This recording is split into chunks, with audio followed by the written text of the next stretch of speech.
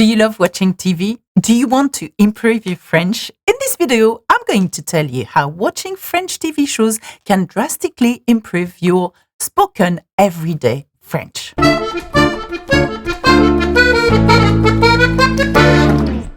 Click on the join button if you want to become a member and have access to my live lessons and my support guides, such as the one available with this video. In a moment, I will show you 3 clips of real spoken French, and together we will try to make out what is being said. So, if you're like me, then watching a good TV series won't be a chore, so why not do it in French?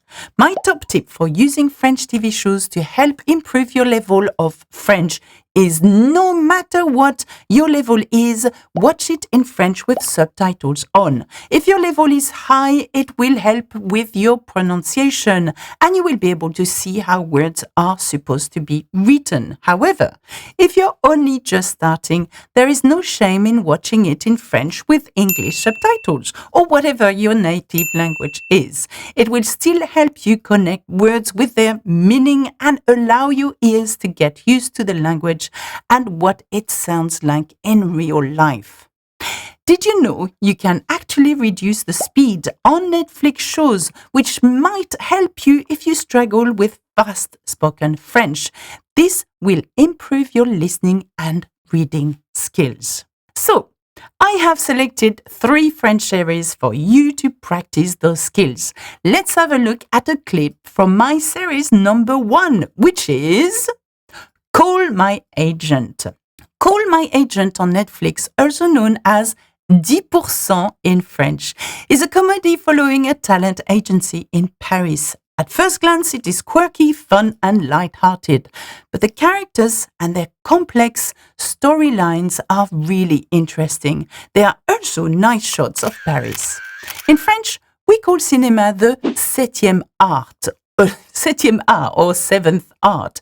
And if you're a fan of it, this show is perfect for you. You get to see very famous French actors and actresses like Cécile de France or Jean Dujardin and Juliette Binoche playing themselves. This series is perfect for learning idioms and fast modern French. Take a look at this short clip from the show and let's see what we can learn about everyday French from it. Et le travail, je cherche. Et du coup, en fait, je me disais, comme toi, tu connais plein de monde dans le cinéma, je sais pas, peut-être que tu pouvais me filer un coup de main. Okay, I know what you're thinking. Gosh, it was fast. How much of it did you understand? Can you spot the idiom? Can you spot the shortening of sentences? Can you spot the filler words that don't add value to the sentence but yet are here to add drama? Let's have a look at what Camille says. Et le travail, je cherche. Et du coup, en fait, je me disais, comme toi, tu connais plein de monde dans le cinéma, je sais pas, peut-être que tu pouvais me filer un coup de main. Now, I know she said it way faster, but let's try to translate this again. Et le travail, so as for work, they're obviously talking about work. Je cherche. I am looking for it. Et du coup, en fait, so these are the filler words I was talking about. Du coup, and as a matter of fact, en fait, in fact, so I'm repeating myself here. Je me disais, I was telling myself, or I was wondering, comme toi, because you, as you, tu connais plein de monde dans le cinéma, you know so many people in the cinema industry, and then she adds, je sais pas, peut-être. Now, je sais pas is je ne sais pas, shortened, the way you would hear it in everyday life. So, je sais pas, je ne sais pas, okay? So she had, je sais pas, maybe, peut-être, I don't know, you know, and peut-être is maybe. So, maybe, tu pouvais me filer un coup de main. I don't know, maybe you could help me. So have a look at this idiom, filer un coup de main, to basically give a knock of the hand, meaning to help. So she's basically asking her father if he can get her a job in the cinema industry. Now we've translated that and we've looked at the filler words and this idiom filer un coup de main. Let's try to watch this clip again. Et le travail, je cherche. Et du coup, en fait, je me disais, comme toi, tu connais plein de monde dans le cinéma, je sais pas, peut-être que tu pouvais me filer un coup de main. Okay, so how was that? Now, no matter what, you can watch this video game or the clip again, and then it will become so much clearer.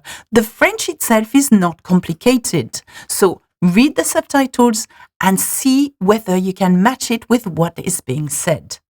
Series number 2, numéro 2, Le Bazar de la Charité, The Bonfire of Destiny. Now, just a piece of warning here, it is quite violent. The Bazar de la Charité is an historical period drama based on real events. The fire, which took place in Paris in 1897 at Le Bazar de la Charité, an annual charity event. Unfortunately, it claimed 126 lives. Just a warning, the first episode is not for the faint-hearted. The series is only 6 episodes long, but consists of a cast with very strong female leads, the main character being Adrienne, Rose, and Alice.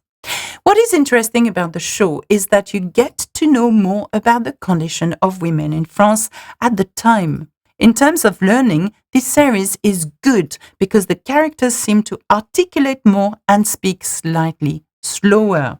However, the more formal vocabulary and old French words could be more challenging. So let's watch an example of more formal French using an extract, a very short extract from the show. Mesdames, Messieurs, je vous prie de quitter la salle. Okay, so this is only one sentence. Can you make out of what is being said? Mesdames, Messieurs, je vous prie de quitter la salle. Mesdames, Messieurs, je vous prie de quitter la salle. So it is quite a formal way of talking. First of all, because they are using vous. And we know that vous addresses to someone as a mark of respect in a formal way, or someone you know or you don't know really well, but also for a group of people. In this case, Mesdames, Messieurs, je vous prie de quitter la salle, meaning I am addressing all of you in the room. So, what is it being said? What is being said? Ladies and gentlemen, I beg you to leave the room. Now, I know that it sounds a bit formal, but when you say je vous prie de, it means could you kindly do something for me? Okay? In that case, could you kindly leave the room? Mesdames, Messieurs, je vous prie de quitter la salle. Although this is a very formal way of speaking, we still use this nowadays in everyday French. So you will hear je vous prie ou je t'en prie as well, which is used when someone says merci. It's okay, je t'en prie. So we use the verb prier, which means to pray, but we also use it in this context, as in don't worry about it, or I beg you to do something. So, let's watch it again and see whether you can hear that sentence. Mesdames, Messieurs, je vous prie de quitter la salle. Mesdames, Messieurs, je vous prie de quitter la salle. Clearer, isn't it? Now, let's have a look at Lupin. Is my choice number 3 because I'm a big fan. Now, this one can contain a bit of violence too. The series everybody's talking about, Lupin, is the story of Hassan Diop, a very clever and cunning young gentleman. The series is a wonderful cross between Ocean's 11 and Sherlock. The TV show is inspired by a very famous book series called Arsène Lupin, the Gentleman Burglar, with 9 books in the series. If you loved the TV show, try the books, as they would be great in terms of learning, as it will help you improve your vocabulary and reading skills. The show is fast-paced and packed with action, plus great for working on your everyday French. So, let's have a look at the scene to illustrate this. Let's have a look at this scene.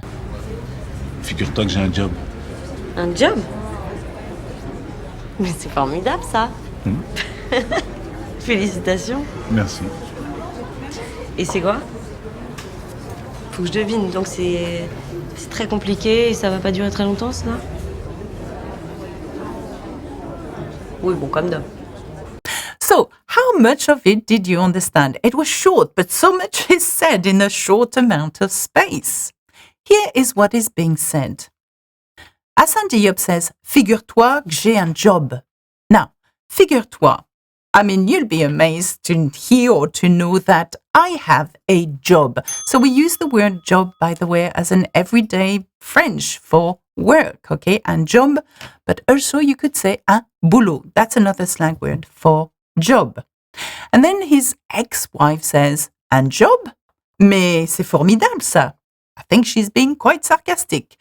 A job? But this is formidable. That, as in that's great. Félicitations. Congratulations. Et c'est quoi? And what is it? Il faut que je devine. Do I have to guess? Donc, c'est très compliqué. So, it's very complicated. Et ça va pas durer très longtemps. And it's not going to last for long. So, she's being really sarcastic. C'est ça? Am I right? Oui, bon. Comme d'hab. Well, yes. Just like usual. Now here, d'hab is a very interesting word because it's a shortened version of comme d'habitude, as always. So bear in mind that French people do that a lot, okay? We tend to shorten words and use the first syllable. Now, let's watch it again. Figure-toi que j'ai un job. Un job? Mais c'est formidable, ça. Félicitations. Merci. Et c'est quoi? Faut que je devine, donc c'est très compliqué et ça va pas durer très longtemps, cela? Oui, bon, comme d'hab. Now, if you haven't watched it already, I have another video on Lupin where we look at two scenes much closer and one word, how to say money in slang in French. So click this one if you want to watch it. So all you have to do is look for a French series that you will enjoy and start listening to the French in real life. I hope you enjoyed this very much. And if you have another TV series you would like me to cover, please leave it in the comments below and we will have a look at it. As always, subscribe to Learn French with Alexa. Thank you so much. Merci. Au revoir. À bientôt. Bisous, bisous.